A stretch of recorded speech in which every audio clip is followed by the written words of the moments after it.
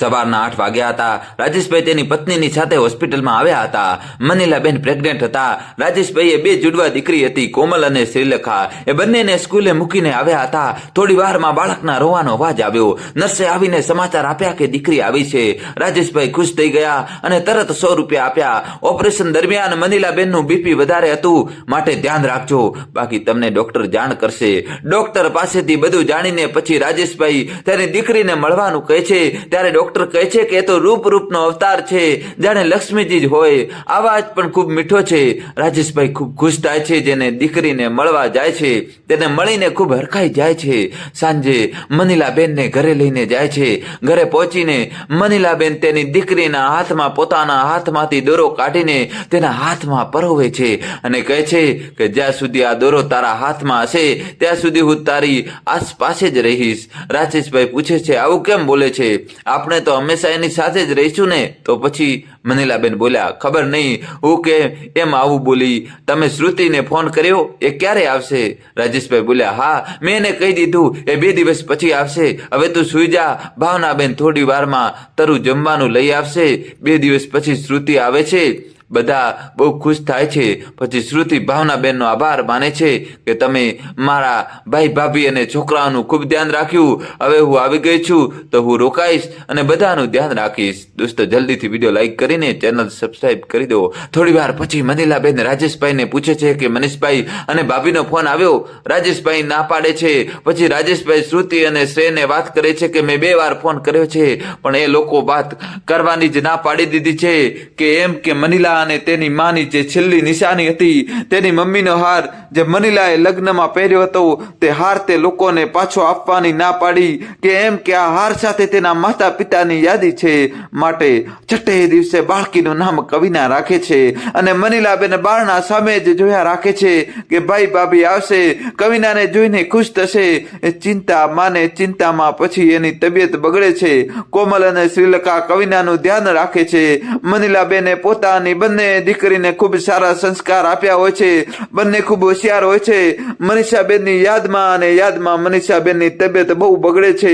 સતત એક વિચાર કરીને બીપી પછી વધે છે। છઠ્ઠીની વિધિ તો માંડ પૂરી થઈ છે કે મનીષાબેન પડી જાય છે। બધા બહુ ગભરાઈ જાય છે। પછી મનીષાબેનને રૂમમાં લઈ જાય છે ને શ્રેય ડોક્ટરને લેવા જાય છે। અચાનક બહુ જોરથી પવન ચાલુ થઈ જાય છે। અચાનક વરસાદ ચાલુ થઈ જાય છે। કુદરત શું ઈચ્છે છે તે ખબર નથી પણ કઈ ખરાબ થવાનું છે અને કવિના અચાનક જ જોરથી રોવે છે। હજી તો કવિનાનું નાયડું પણ ખરીદ્યું નથી। બાળક અને માતા વચ્ચે એક અલગ જ સંબંધ હોય છે જેમાં ભગવાન પણ વચ્ચે ના આવી શકે। મનીલાબેનની તબિયત ખૂબ બગડે છે। બધા કવિનાને ચૂપ કરવાની બહુ કોશિશ કરે છે પણ તે છાની નથી રહેતી। કુદરત જાણે કાળો કોપ વરસાવે છે તેવું લાગે છે। કવિના મનીલાબેન અને યમરાજની વચ્ચે ઊભી હોય છે। કવિના યમરાજને તેની માં સુધી પહોંચવા જ નથી દેતી અને મનીલાબેનનો જીવ પણ કવિના માં જ હોય છે। કોમલ અને શ્રીલેખા પણ મનીલાબેનની બાજુમાંથી ક્યાંય નથી જતી। દોસ્તો વિડીયો લાઈક કરી ચેનલ સબસ્ક્રાઈબ કરી દો ને છેલ્લા સુધી જોજો।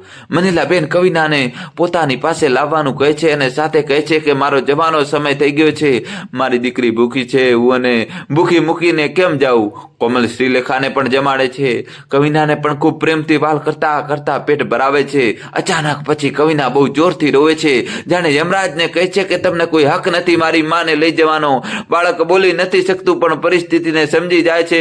કુદરત પણ જાણે રોતી હોય તેવું લાગે છે। સાંજનો સમય હતો। ગાયો કૂતરા પણ જાણે રોતા હોય તેવા જોરથી અવાજ કરે છે। બધા ખૂબ રડે છે। વરસાદને કારણે શ્રેયને ડોક્ટરને લઈને આવવામાં વાર લાગે છે। મનીલાબેન પોતાની ત્રણેય દીકરીને પોતાના ખોળામાં રાખીને હાલરડું ગાતા સુવડાવે છે। રાજેશભાઈથી આ બધું નથી જોઈ શકાતું। એ તો જાણે બેભાન થઈ ગયા હોય તેવું લાગે છે। ત્રણેય દીકરીઓ પોતાની માનો હાથ એટલો જોરથી પકડ્યો હતો કે યમરાજ સાથે તો શું, કોઈ સાથે અમારો માને ના જવા દઈએ, પણ યમરાજને તો કંઈક અલગ જ મંજૂર હતું। મનીલાબેન હાલરડું ગાતા હોય છે જે સાંભળીને કોમલ શ્રીલેખા અને કવિના તરત સૂઈ જાય છે અને તે હાલરડું દીકરી મારી લાડકવાઈ લક્ષ્મીનો અવતાર અને આજે પણ આવું જ થયું। સાચે ત્રણેય દીકરીઓ સૂઈ ગઈ। દોસ્તો જલ્દીથી વિડીયો લાઈક કરી દો અને છેલ્લા સુધી જોજો। અને જાણે યમરાજ અને દીકરી વચ્ચે માં માટે જે યુદ્ધ ચાલતું હતું તેમાં યમરાજને જીતવાનો મોકો મોકો મળી ગયો. મનીલાબેન જુએ છે કે હવે પોતાની ત્રણેય દીકરીઓ સૂઈ ગઈ છે. પછી તે બધાને હાથ જોડે છે ને રાજેશભાઈને કહે છે કે છેલ્લી વાર મારી માંગમાં કંકુ ભરી દો અને માફી માંગી છે કે હું તમને અડધે સફરે મૂકીને જાઉં છું. રાજેશભાઈ ખૂબ રડતા રડતા હાથ ધ્રુજતા કંકુ બારે છે. છેલ્લે મનીલાબેન કહે છે કે મારી કોમલ શ્રીલેખાનું ધ્યાન રાખજો અને મારી કવિના માટે તો હું છું જ. જ્યાં સુધી એના હાથમાં મારો આ દોરો છે ત્યાં સુધી તો હું એની સાથે જ છું, કેમ કે મેં એને હજુ વાલ કર્યો જ નથી. કુદરતને કોઈ હક નથી કે મારી પાછી તે આંખ લઈ લે. માટે મારી કવિના એટલું બોલતા જ મનીલાબેનની આંખ મીચાઈ જાય છે. આ બાજુ આખી દુનિયા માટે સૂરજ આત્મે છે, પણ અહીં રાજેશભાઈના ઘરે તો એના ઘરનો જ સૂરજ કાયમ માટે આત્મી જાય છે. ત્યાં જ શ્રેય ડોક્ટરને લઈને આવે છે, પણ બહુ મોડું થઈ ગયું હોય છે. શ્રુતિ ત્રણેય દીકરીઓને બીજા રૂમમાં સુવડાવી દે છે. બધા ખૂબ રડે છે. આખરે યમરાજની જીત થઈ. મનીલાબેનની હાથમાં જતા પોતાની દીકરીને માથે હાથ ફેરવવા જાય છે ત્યારે કવિના તેનો સાડીનો છેડો પકડી રાખે છે, તેને જવા નથી દેતી. યમરાજ પણ કવિનાના પ્રેમ આગળ હારી જાય છે. મનીલાબેનનું મૃત્યુ તો થયું, પણ તેનો જીવ તો કવિના પાસે જ રહી ગયો. તેના છેલ્લા શબ્દો પણ મારી કવિના જ હતા. ચટ્ટીના તો વિધાતા લેખ લખે, પણ અહીં તો વિધાતાએ કવિનાના જીવનમાં ખુશી લખતા પેલા જ લઈ લીધી. મનીલાબેન રોજ પેલા ગાય કૂતરાને જમવાનું આપતા, પછી જ બધા જમતા. મનીલાબેને એક બિલાડી પાળી હતી. આ બધા પણ ખૂબ રડતા હતા. આ બધું સાચું છે. મનીલાબેનની અંતિમ વિદાયનો સમય થાય છે. જાણે કુદરત પણ પોતાના કર્યા પર રડે છે એવું લાગે છે. બહુ વરસાદ આવે છે. મનીલાબેનની આંખો સારી હોવાથી તેનું દાન કરે છે ને પછી અંતિમ સંસ્કાર કરે છે. ઘરે પાછા આવે છે અને બધા હોલમાં બેઠા રડે છે. ત્યાં કોમલ શ્રીલેખા આવે છે અને જોવે છે તો મનીલાબેનના ફોટો પર હાર હોય છે ને બધા રડે છે. બંને માં રાડો પાડતી આખા ઘરમાં દોડે છે, પણ તેની માં તો ત્યાં જ. કવિનાનો પણ રોવાનો અવાજ આવે છે. રાજેશભાઈ અને શ્રુતિ બંને દોડે છે. ભગવાન આવો કાળો કેર કોઈના ઘરે ના આપતા. રાજેશભાઈ દીકરીઓને ગળે મળીને ખૂબ રોવે છે. શ્રુતિ બંનેને સમજાવે છે ને કવિનાને પણ સાંભળે છે અને કોમલ અને શ્રીલેખાને તૈયાર કરીને સ્કૂલે પણ મોકલે છે, જેથી એ લોકો આ વાતાવરણથી દૂર રહે. કવિનાને હજી આંખ પણ નહોતી ખોલી ત્યાં તો અનાથ થઈ ગઈ. કોમલ અને શ્રીલેખા પણ નારાજ હતા. મનીલાબેનનો જીવ તો કવિના પાસે રહી ગયો, પણ યમરાજ રાજેશભાઈનો જીવ જીવતે જીવત લઈ ગયા. દોસ્તો જલ્દીથી વિડીયો લાઈક કરી ચેનલ સબસ્ક્રાઇબ કરી દો અને છેલ્લા સુધી જોજો. રાજેશભાઈ પડી ભાગ્યા હતા. દિવસો વીતવા લાગે છે. શ્રુતિ પણ તેના ઘરે પાછી જાય છે. હવે રાજેશભાઈ અને શાંતિલાલ જે તેની દુકાનમાં કામ કરતા હતા અને એકલા જ હતા, માટે તે પણ રાજેશભાઈ સાથે જ તેવા લાગ્યા. બંને મળીને ત્રણેય દીકરીઓનું ખૂબ ધ્યાન રાખતા. ઘર પણ ખૂબ સરસ રીતે રાખતા અને ઘરના ફળિયામાં જ દુકાન હતી, માટે ઘર અને દુકાન અને દીકરીઓ બધાનું ધ્યાન રાખતા. શાંતિલાલ રાતે પણ દુકાનમાં જઈ સૂઈ જતા. મનીલાબેન, કોમલ અને શ્રીલેખાને બધું કામ કેમ કરવું, કવિનાને કેવી રીતે બોટલમાં દૂધ પીવડાવવું, તેનું ધ્યાન કેમ રાખવું, તે બધું શીખવતા. રાજેશભાઈને થતું કે મારી દીકરીઓ મોટી થવા લાગી, પણ આ તો મનીલાબેન શીખવતા. રાજેશભાઈને મનીલાબેનની યાદ આવે. રોવે પણ ખરી, પણ કોમલ અને શ્રીલેખાને તો રોવું પણ ના આવતું અને યાદ પણ ના આવતી. કેમ કે મનીલાબેન તો એની સાથે જ હતા. ભગવાન ભલે માતાના શરીરને બાળકથી દૂર કરે, પણ એના જીવનને તો દૂર કરી જ નથી શકતો. રાજેશભાઈને એમ થાય કે પોતે દીકરીઓને સુવડાવે, જમાડે, રમાડે, પણ દીકરીઓ તો મનીલાબેન પાસે આ બધું કરતી. આમ દિવસો વીતે છે. મનીલાબેનને થાય છે કે કવિના કે એમ બધાની સામે સરખી રીતે નથી જોતી. રાજેશભાઈને ધ્યાન નથી પડતું, માટે કોમલ અને શ્રીલેખા દ્વારા મનીલાબેન રાજેશભાઈનું ધ્યાન દોરે છે, પણ રાજેશભાઈ સમજી નથી શકતા. કવિના હજુ ડગલા માંડવાનું શીખી હતી ત્યાં જ મનીલાબેન તેની ખામી ઓળખી ગયા હતા. પાછું મનીલાબેન કોમલ અને શ્રીલેખા દ્વારા રાજેશભાઈને સમજાવે છે. રાજેશભાઈ બહુ તો નથી સમજતા, પણ કવિનાને ડોક્ટર પાસે લઈ જવાનો વિચાર છે, લઈ પણ જાય છે. દોસ્તો જલ્દીથી ચેનલ સબસ્ક્રાઇબ કરી દો. ત્યાં જઈને રાજેશભાઈ ડોક્ટરને વાત કરે છે કે કવિના હજુ નજર મારતી નથી શીખી, અમે બોલાવીએ તો સામેનો પણ જોવે. ડોક્ટર કવિનાનો આંખો જોવે છે, રિપોર્ટ પણ કરે છે અને મૂંઝવણમાં મુકાઈ જાય છે કે હું રાજેશભાઈને કઈ રીતે વાત કરું કે તેની દીકરી કવિના તો જન્મથી જ નથી જોઈ શકતી. રાજેશભાઈ પૂછે પણ છે કે સાહેબ બધું બરાબર તો છે ને? તો ડોક્ટર વાત કરે છે કે તમારી કવિનાનું વધારે ધ્યાન રાખવું પડશે, કેમ કે તે જન્મથી જ જોઈ નથી શકતી. હતી. આ સાંભળતાની સાથે જ જાણે રાજેશભાઈના પગ નીચેથી જમીન ખસી ગઈ. ડોક્ટર રાજેશભાઈને આશ્વાસન આપે છે. પછી રાજેશભાઈ કવિનાને લઈને ઘેર આવે છે ને કોમલ શ્રીલખાને પાસે બોલાવે છે. શાંતિલાલ પણ આવે છે. પછી રાજેશભાઈ વાત કરે છે કે ડોક્ટરે કીધું કે આપણી કવિના તો જન્મથી જ જોઈ નથી શકતી. આ સાંભળીને બધાને બહુ આઘાત લાગે છે. પણ કવિના બેને દીકરીઓની પાસે બોલાવે છે ને સમજાવે છે કે આ વાત સ્વીકારી ને તેમાંથી રસ્તો ગોતવાનો, રડવાનું નહીં. તરત જ બંને દીકરીઓ માની હિંમત આવી ગઈ અને પોતાની બેનને તેડીને કહે છે કે પપ્પા તમે ચિંતા ના કરો, અમે છે ને અમે કવિનાને જોતા શીખવશું. રાજેશભાઈ કઈ સમજ્યા નહીં. કોમલ કહે છે કે પપ્પા હું મોટી થઈને આંખોની જ ડોક્ટર બનીશ અને પેલા કવિનાની આંખોની રોશની અપાવીશ. શ્રીલખા કહે છે કે પપ્પા હું મોટી થઈને પાયલટ બનીશ અને પહેલી વાર હું જ્યારે પ્લેન ચલાવીશ ત્યારે તમને અને કવિનાને જ બેસાડીને લઈ જઈશ. આ સાંભળીને રાજેશભાઈ અને શાંતિલાલ ખુશ થાય છે કે દીકરીઓ રડવાને બદલે રસ્તો કાઢતા શીખી ગઈ. પછી બધા સાથે મળીને જમે છે. દિવસો, મહિનાઓ, વર્ષો વીતી જાય છે. કોમલ, શ્રીલખા, કવિના મોટા થઈ જાય છે. કોમલ લગ્ન હાર્દિક સાથે થાય છે. બંને આંખના ડોક્ટર હોય છે. 6 મહિના હજુ તેની ઇન્ટર્નશીપ બાકી હોય છે. પછી બંને પોતાની આંખની હોસ્પિટલ પણ ખોલશે. શ્રીલેખાના લગ્ન જતીન સાથે થાય છે. જતીન રાજેશભાઈના પાડોશી હરીશભાઈ અને ભાવના બેનનો દીકરો હતો. જતીનને સાડીનો બહુ મોટો શોરૂમ હતો અને શ્રીલેખા પણ 6 મહિના પછી પાયલટ બની જશે. દોસ્તો જલ્દીથી ચેનલ સબસ્ક્રાઈબ કરી દો અને વિડીયો લાઈક કરી દો. રાજેશભાઈ અને શાંતિલાલ પણ હવે વધારે ઉંમર થઈ જવાના લીધે તે પણ હવે બહુ કામ નથી કરી શકતા. કોમલ અને શ્રીલેખાના લગ્ન થઈ ગયા હોવા છતાં પણ બંને બહેનો રાજેશભાઈ અને કવિના અને શાંતિલાલનું બહુ ધ્યાન રાખતા હોય છે. શ્રીલેખા તો બાજુમાં જ રહેતી હોય છે જેથી વધુ ધ્યાન રાખી શકતી હોય છે. કવિના જોઈ નથી શકતી પરંતુ ભગવાને તેને ખૂબ સુંદર કળા આપી હોય છે.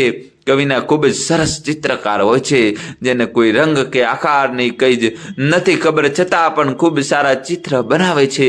કવિનાને સૌ પ્રથમ મનીલાબેનનું ચિત્ર બનાવ્યું હોય છે અને એ પણ ખૂબ જ સુંદર. મનીલાબેન તો જાણતા જ હતા કે કવિના પાસે આવડત છે માટે જ તેને રાજેશભાઈને પણ ખબર પડે તેવી પરિસ્થિતિ કરી જેથી રાજેશભાઈને પણ ખબર પડી અને ત્યારથી તે પણ કવિનાના શોખ માટે કવિનાને પોતાનો સમય આપતા. દોસ્તો કહાની છેલ્લા સુધી જોજો. કવિનાના ડગલે ને પગલે મનીલાબેનને મહેસૂસ કરતી. કવિના મનીલાબેન સાથે વાતો પણ કરતી અને મનીલાબેનને કવિનાને ખૂબ જ સુંદર રીતે જીવતા શીખવ્યું હતું. કવિના ક્યારેય પણ બહાર એકલી જાય તો ક્યાંય ભટકાતી પણ નહીં અને કોઈને ખબર પણ ના પડતી કે આ છોકરી જોઈ નથી શકતી. મનીલાબેન કવિનાના પડછાયાની જેમ જ તેની સાથે જ રહેતા. ભગવાન પણ માતા અને પુત્રીના પ્રેમ વચ્ચે આવી ના શક્યા. ભગવાનની શક્તિ કરતા માની મમતામાં શક્તિ વધુ હોય છે. મુંબઈમાં ડ્રોઈંગની હરીફાઈ હોય છે માટે શ્રુતિનો ફોન આવે છે અને રાજેશભાઈ કવિનાને લઈને મુંબઈ જવા રાજી થઈ જાય છે. પણ કવિના નથી માનતી, તે ના પાડે છે. કોમલ અને શ્રીલખા કવિનાને મનાવે છે કે તારી આ આવડત માટે બાએ ઘણી મહેનત કરી છે, તારે આપણી બા માટે જવું પડશે. આટલું કહીને કોમલ તરત બંનેની બેગ પેક કરવા લાગે છે અને શ્રીલંકા શાંતિલાલને પોતાના ઘરે લઈ જાય છે. કવિના નથી માનતી. શ્રીલખા સમજાવે છે કે અમારા તો લગ્ન થઈ ગયા છે, બાને અમારી ચિંતા નથી, એને તારી ચિંતા છે. તું હજી પણ બાને અનુભવી શકે છે. તારી આ કળાની જાણ પણ મને બાએ જ કરી હતી. તું પણ તારા પગ પર થઈ જા તો બાને પણ હવે મોક્ષ મળે. આ સાંભળીને કવિના તરત મનીલાબેન સામે જોવે છે. કવિના બીજા કોઈને ભલે ના જોઈ શકે પણ મનીલાબેનને તો પહેલેથી જોઈ શકે છે. મનીલાબેન પણ તેની માથે હાથ ફેરવે છે ને જવાની રજા આપે છે. કવિના અને રાજેશભાઈ મુંબઈ જવા તૈયાર થાય છે. સ્પર્ધા તો 4 મહિના પછી હોય છે પણ શ્રુતિની ઈચ્છા હતી કે ભાઈ તમે અને કવિના ઘણા વખતથી અહીં નથી આવ્યા તો વહેલા આવો, આપણે અહીં સાથે રહેશું. કવિના અને રાજેશભાઈ બંને શ્રુતિનું માન રાખવા વહેલા જવા નીકળી જાય છે. મુંબઈ પહોંચે છે. દોસ્તો જલ્દીથી વિડીયો લાઈક કરી ચેનલ સબસ્ક્રાઈબ કરી દો. ત્યાં શ્રુતિ અને શ્રેય તેડવા આવી ગયા હોય છે. બંને ભાઈ બહેન ઘણા વખતથી મળ્યા ના હોય છે માટે મળીને ખૂબ રડે છે. ત્યાં કવિનાને યાદ આવે છે કે મારી મિની ક્યાં ગઈ. મિની એમ રાડો પણ પાડે છે. ત્યાં તો મનીલાબેન મિનીને લઈને આવે છે. માણસો મનીલાબેન જેવી શક્તિને ઓળખી નથી શકતા પણ પ્રાણીઓ આવી શક્તિને અનુભવી શકે છે માટે મિની પણ મનીલાબેનને અનુભવી શકે છે. બધા ઘરે જાય છે. અહીંથી કવિ કવિનાના જીવનની નવી શરૂઆત થાય છે દોસ્તો. જેથી અજાણ હોય છે, વિધાતાએ બધાના લેખ લખેલા જ હોય છે, આપણે એની ખબર નથી હોતી. આપણે થોડી ધીરજ રાખવી જોઈએ અને ભગવાન પર વિશ્વાસ રાખવો જોઈએ. શ્રુતિ અને શ્રેય મુંબઈમાં કાંદીવલીમાં શંકર ગલીમાં મની ટાવરમાં એ વિંગમાં રહેતા હોય છે. બધા ઘરે આવે છે. શ્રેય અને શ્રુતિ એકલા જ રહેતા હોય છે, માટે તે તેના નજીકના કોઈ સગાને તકલીફ હોય તો એ લઈ આવતા અને એમનું ધ્યાન રાખતા. શ્રેયના માસીની દીકરી અને તેનો પતિ થોડા વર્ષો પહેલા ગુજરી ગયા હતા, માટે શ્રેય તેના દીકરા દીકરી અને બાને મુંબઈ લઈ આવ્યો અને બાજુમાં ડી વિંગમાં રહેવા માટે ફ્લેટ લઈ દીધો હતો, જેથી આરામથી ધ્યાન રાખી શકે. કવિનાની મિની પાછી ખોવાઈ જાય છે, માટે કવિના બધાને કહે છે કે તમે ઉપર જાઓ, હું મિનીને લઈને આવું છું. બધાને વિશ્વાસ હોય છે કે કવિના જાતે ત્રીજા માળે આવી જશે, માટે બધા જાય છે. કવિના મિનીને ગોતી ગોતી બગીચામાં જાય છે અને ત્યાં મિની મળી પણ જાય છે. પછી તે થોડી વારમાં ત્યાં બગીચામાં મિની સાથે બેસે છે. ત્યાં તેની બાજુમાં જીમી કસરત કરીને થાકી જવાથી ત્યાં બેસે છે. જીમીનું ધ્યાન તેના ફોનમાં હોય છે અને કવિના મિનીની સાથે સવારના બીજા પક્ષીના કલરવની મજા લેતી હોય છે. દોસ્તો, કહાની છેલ્લા સુધી જોજો. એટલામાં જ કવિનને પોતાના પગ પાસેથી કંઈક પસાર થતું હોય તેવું લાગ્યું અને જીમી પણ તે જ સમયે ઊભો થવા જાય છે કે કવિના તેનો હાથ પકડીને તેને બેસાડી દે છે અને કહે છે કે ઓ મિસ્ટર, ફોનમાં આટલા બધા ઓતપ્રોત છો કે આજુબાજુમાં કંઈ દેખાતું જ નથી. આ સાંભળીને જીમીને ગુસ્સો આવે છે અને કહે છે કે ઓ મિસ, દેખાતું તો તમને નહીં હોય. હું તો મારું કામ કરું છું અને એ પૂરું થઈ ગયું, માટે હવે જાઉં છું. અને તમારા કઈ સભ્યતા છે કે નહીં? આમ કોઈનો હાથ ખેંચાય? કવિના કહે છે, હા સાચી વાત છે, હું જોઈ નથી શકતી, પરંતુ ભગવાને મને બીજી ઘણી બધી શક્તિ આપી છે, જેને લીધે મેં અનુભવ્યું કે મારા પગ પાસેથી સાપ નીકળ્યો. તે જ સમયે તમે ઊભા થવા જતા હતા, માટે મેં તમારો હાથ પકડ્યો અને બેસાડ્યા, નહીંતર તે તમને ડંખી જાત. આ સાંભળતા જીમી વિચારમાં પડી જાય છે કે મારાથી બહુ મોટી ભૂલ થઈ ગઈ અને માફી માંગવા માટે વિચારે છે. ત્યાં તો કવિના મિનીને લઈને જતી રહે છે. જીમી આજુબાજુમાં ગોતે છે પણ તે નથી મળતી. જીમીને ખૂબ અફસોસ થાય છે અને પાછળ જોઈએ તો સાચે થોડે દૂર એક સાપ દેખાય છે. જીમીને ખૂબ અફસોસ થાય છે. કવિનાનું દિલ ખૂબ મોટું હોય છે, તે કોઈને માફી માંગવા દેવા જેવું રહેવા જ નથી દેતી. કોઈ તેની માફી માંગે તે પહેલા માફ કરી જ દે છે. આવી હતી કવિના અને જીમીની પહેલી મુલાકાત. બંને ભવિષ્યથી અજાણ હતા. વિધાતાના લેખ તો વિધાતા જ જાણે. બાકી આ મુલાકાત શું પહેલી અને છેલ્લી મુલાકાત જ રહેશે કે પછી બંને પાછા મળશે? દોસ્તો, છેલ્લા સુધી જોજો. વિડીયો લાઈક કરી ચેનલ સબસ્ક્રાઇબ કરી દો.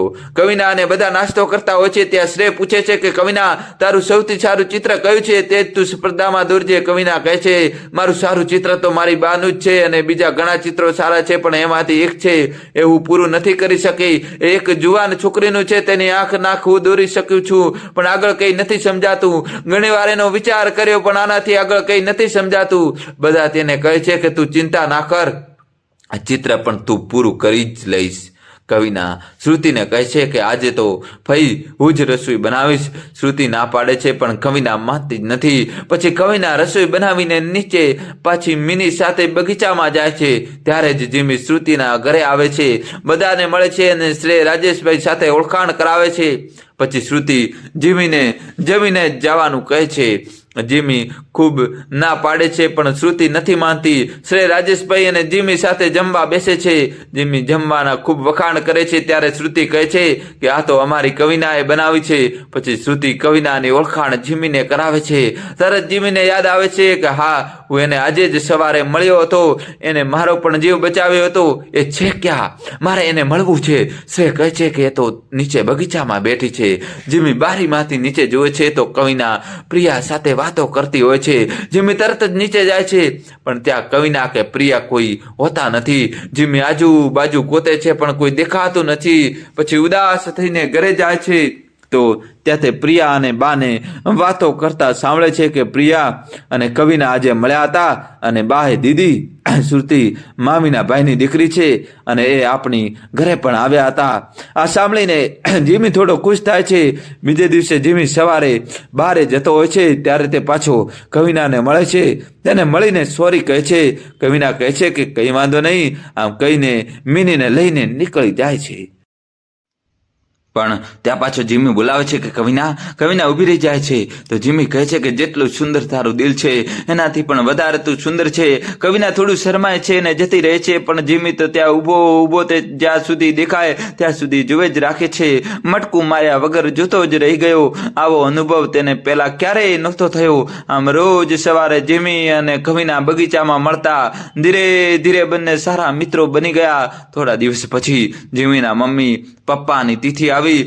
ભાનુબેને શ્રુતિને ફોન કરીને કીધું કે કાલે બધાએ અહીં જમવાનું છે.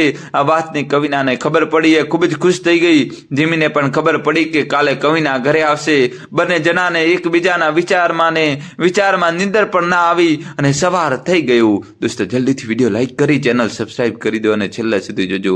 કવિના ખૂબ ખુશ હતી અને જલ્દી તૈયાર થઈને જીમીના ઘરે પહોંચી જાય છે. ત્યાં પહોંચીને બાને પગે લાગીને પૂછ્યું કે પ્રિયા ક્યાં? બાએ તો એનો રૂમ દેખાડ્યો. કવિના ત્યાં જાય છે, પણ જીમીના વિચારમાં તે ભૂલથી જીમીના રૂમમાં જ જતી રહે છે. મનીલાબેને જાણતા હોય છે, છતાં તેને રોકતા નથી કે એમ કે તે પણ બંનેની લાગણી જાણવા માંગતા હોય છે. કવિના રૂમમાં જાય છે. જીમીને પ્રિયા સમજીને તે બાજુમાં બેઠી અને પ્રેમથી માથા પર હાથ ફેરવે છે. મનીલાબેન આ જોઈને બહુ ખુશ થતા હતા. જીમી તો સૂતો હતો, પણ અચાનક આટલા પ્રેમથી કવિનાનો હાથ માથે ફર્યો તો તરત ઉઠી ગયો અને કવિનાને પોતાની આટલી નજીક જોઈ ને ખૂબ ખુશ થાય છે ને પોતે પણ કવિનાનો હાથ પકડી લે છે. બંનેના દિલના ધબકારા જોર જોરથી ધડકવા લાગે છે, જાણે બહાર આવી જશે. અચાનક બહાનો અવાજ આવે છે અને બંને તરત એકબીજાનો હાથ મૂકી દે છે. કવિનાને પણ હવે સમજાઈ જાય છે કે પોતે બોલતી જીમીના રૂમમાં આવી ગઈ. દોસ્તો કહાની છેલ્લા સુધી જોજો, નવો ટ્વિસ્ટ આવશે હવે. અને શરમાઈને જતી રહે છે. જીમી પણ શરમાઈને જાય છે અને બોલી ઉઠે છે કે આજે તો તું હાથ મુકાવીને ભાગી ગઈ, પણ હવે તારો હાથ જ્યારે પકડીશ ત્યારે જીવનભર માટે પકડીશ, છોડાવીને જવા નહીં દઉં. આટલું કહીને જીમી તૈયાર થવા ગયો. થોડી વારમાં બહાર આવ્યો તો કવિના રસોઈ બનાવતી હતી. જીમી તો બસ તેને જોયા જ રાખતો હતો. થોડી વાર પછી કવિના બોલી, જીમી આટલું બધું શું જોવે છે? ક્યારે કોઈ છોકરીને રસોઈ કરતા નથી જોઈ? જીમીએ કીધું કે તને કેમ ખબર? કવિના થોડું હસી અને બોલી, મને મારી બાએ કીધું. જીમીએ પૂછ્યું કે ક્યાં છે તારી બા? કવિનાએ કીધું કે તને ખબર તો છે કે મારી બા મને જ દેખાય છે, બાકી કોઈને નહીં. હા મને ખબર છે કે સાસુમાં ખાલી તને જ દેખાય છે, બાકી કોઈને નહીં. પોતાની ધૂનમાં બોલાય તો ગયું, પણ હવે જીમીને કઈ સમજણ ના પડી, માટે તે તો ત્યાંથી નીકળી ગયો. કવિના અને મનીલાબેન ખુશ થાય છે. શ્રેયા બધું જોતો હોય છે ને તેને અચાનક યાદ આવે છે કે કવિનાનું જે અધૂરું ચિત્ર છે તેની અને જીમીની આંખ સરખી જ લાગે છે. તે સમજી જાય છે કે આ તો ભગવાનનો ઈશારો છે. જીમી અને કવિના એકબીજા માટે જ બનેલા છે. પછી બધા જમીને નીચે મંદિરે જવા નીકળે છે. ત્યારે રાજેશભાઈને યાદ આવે છે કે કવિનાને જમવાનું બાકી છે, હું તેને લઈને આવું છું. કે તરત જીમી બોલે છે કે અંકલ મારે પણ જમવાનું બાકી છે, હું તેને લઈને આવીશ. રાજેશભાઈ કોઈ બોલે તે પહેલા શ્રેય કહે છે કે હા એ બરાબર છે અને રાજેશભાઈને લઈને જાય છે, જેને રસ્તામાં બધી વાત કરે છે. મને આવું લાગે છે કે જીમી અને કવિના એકબીજાને પસંદ કરે છે અને એમાં કંઈ ખોટું નથી. જીમી બહુ સારો છોકરો છે અને હું પણ અહીં છું ને કવિનાનું ધ્યાન રાખીશ. રાજેશભાઈ વિચારે છે. ત્યાં તો મંદિર આવી જાય છે અને બાજુ કવિના અને જીમી સાથે જમે છે ને જાણે એ લોકોનું મૌન પણ એકબીજાનું ઘણું બધું કહે છે. બંને આજે એકબીજા માટે પોતાનો પ્રેમ કહેવા માંગતા હતા, પણ કહી ના શક્યા. શ્રેયનો ફોન આવે છે, માટે બંને કંઈ કીધા વગર મંદિર જાય છે. ત્યાંથી છૂટા પડે છે. ત્યારે શ્રેય જીમીને કહે છે કે કાલે કવિના ચિત્રની બહુ મોટી સ્પર્ધામાં ભાગ લેવાની છે, જો તું ફ્રી હોય તો આવજે. જીમી આ સાંભળીને બહુ ખુશ થઈ જાય છે અને વિચારે છે કે કાલે તો હું મારા દિલની વાત કવિનાને કહી દઈશ. આજે મનીલાબેન અને કવિનાનું સપનું પૂરું થવા જવાનું છે. સવારે બધા સ્પર્ધા માટે નીકળે છે. જીમી પણ કવિના માટે ફૂલોનો બુકો લઈને તેને મળવા માટે જાય છે અને આ બાજુ કવિનાને એમ થાય છે કે જતા પહેલા હું જીમીને મળીને મારા મનની વાત કહી દઉં. માટે તે જીમીના ઘરે જાય છે અને જીમી શ્રેયના ફ્લેટ નીચે રાહ જોતો હોય છે. જીમી કે આ બા બંને ઘરે નહોતા. આ વાતની ખબર તેના પડોશી અશોકભાઈને પડી. તે સમયે તે દારૂના નશામાં હતા. તેને જોયું કે પ્રિયા ઘરે એકલી છે અને એ જોઈને અશોકભાઈને આ તકનો લાભ લેવાનો વિચાર આવ્યો ને તરત જીમીના ઘરમાં જાય છે ને પ્રિયાના મોઢા પર હાથ દબાવીને તેને ઢસડીને રૂમમાં લઈ જાય છે. પ્રિયા પોતાને છોડાવવાની બહુ કોશિશ કરે છે, પણ અશોકભાઈ તેને છોડતા નથી. પ્રિયાના મોઢા પર હાથ હોવાથી તે રાડો પાડીને પણ કોઈને બોલાવી શકતી નહોતી. તે બહુ ડરી ગઈ હતી. અશોકભાઈ રૂમ પણ બંધ કરી દે છે. એટલામાં કવિના આવે છે. દરવાજો તો ખુલ્લો જ હોય છે, માટે અંદર તો આવી જાય છે, પણ કોઈને બોલાવે તે પહેલા તેને કંઈક ખોટું થતું હોય તેવું લાગ્યું. તે તરત મનીલાબેનને ગોતે છે. મનીલાબેન તેના માથે હાથ ફેરવે છે ને કહે છે કે તું તો મારી બહાદુર દીકરી છે ને, તો જા અને બચાવી લે પ્રિયાને. કે તરત જ કવિના અંદર જાય છે તો રૂમમાંથી કંઈક અવાજ આવતો હોય તેવું લાગ્યું. અશોકભાઈ પ્રિયાને ખૂબ મારતા હતા, કેમ કે તે માનતી જ નહોતી અને અવાજ કરતી હતી. મનીલાબેનને મિનીને જીમીને બોલાવવા માટે મોકલી. કવિના ખૂબ જોર જોરથી દરવાજો ખખડાવે છે, પણ અશોકભાઈ ખોલતા જ નહોતા. આખરે કવિનાએ બારણાને ખૂબ જોર જોરથી ધક્કા મારીને ખોલી નાખ્યું. તો અશોકભાઈએ તેને પણ મારી અને બાંધી દીધી. આ બાજુ મિની જીમી પાસે પહોંચે છે અને તેને પોતાના દાંતથી ખેંચે છે. જીમી પહેલા તો કંઈ સમજતો નથી, પણ મિની તેને ખેંચીને લઈ જાય છે. જેવો તે ઘર સુધી પહોંચે છે કે તેને કંઈક અવાજ આવે છે. તે ખૂબ અંદર જાય છે અને જોવે છે તો અશોકભાઈએ કવિનાને બાંધી હોય અને પ્રિયાને હોય છે. આ જોઈને જીમીને બહુ ગુસ્સો આવે છે અને તે અશોકભાઈને બહુ મારે છે. એટલામાં ત્યાં શ્રેય, રાજેશભાઈ અને આજુબાજુના લોકો પણ આવી જાય છે. દોસ્તો જલ્દીથી વિડીયો લાઈક કરીને તમારા ભાઈ માટે ચેનલ સબસ્ક્રાઇબ કરી દો અને કહાની છેલ્લા સુધી જોજો યાર. ને જીમીને સમજાવે છે કે તું બહુ ના માર અને પોલીસને પકડાવી દે, પણ જીમી નથી માનતો, બહુ મારે છે. પછી કવિના એને ના પાડે છે, પણ જીમી કોઈનું સાંભળવા જ રેડી નથી. શ્રુતિ પ્રિયાને બીજા રૂમમાં લઈ જાય છે. કવિનાને પણ કહે છે, પણ તે નથી માનતી. જીમી અશોકભાઈને નીચે સોસાયટીમાં પાર્કિંગમાં લઈ જાય છે. ત્યાં તો બધા ભેગા થઈ જાય છે.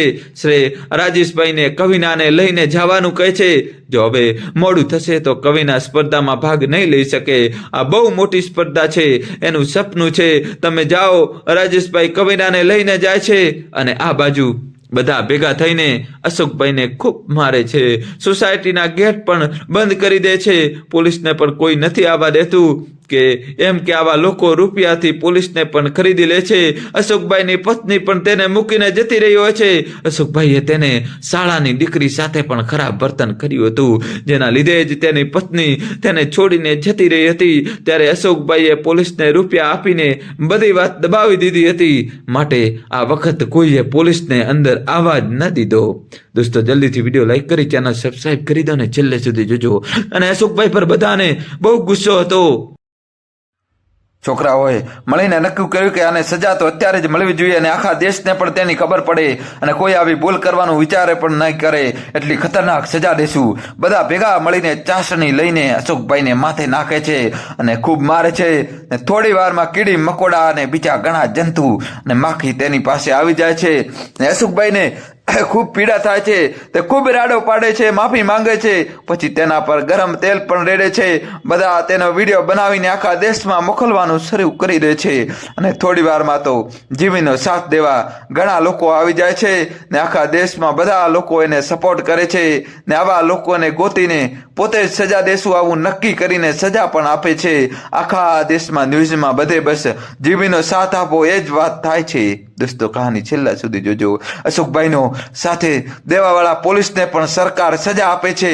આખા દેશના બધા શહેરોમાં પરિસ્થિતિ કંટ્રોલ કરવી પોલીસના હાથની વાત નહોતી, માટે મિલિટરી બોલાવવી પડી. અને આ બાજુ કવિના સ્પર્ધામાં પોતાની બા મનીલાબેનનું ચિત્ર બનાવે છે.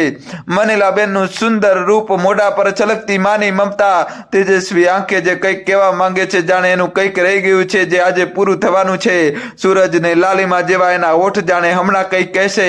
કવિનાએ એટલું સરસ ચિત્ર બનાવ્યું હતું કે બધાની નજરે ચિત્ર પર જ હતી અને કવિનાનું સપનું પણ પૂરું થાય છે. એનો પ્રથમ નંબર આવે છે સ્પર્ધામાં.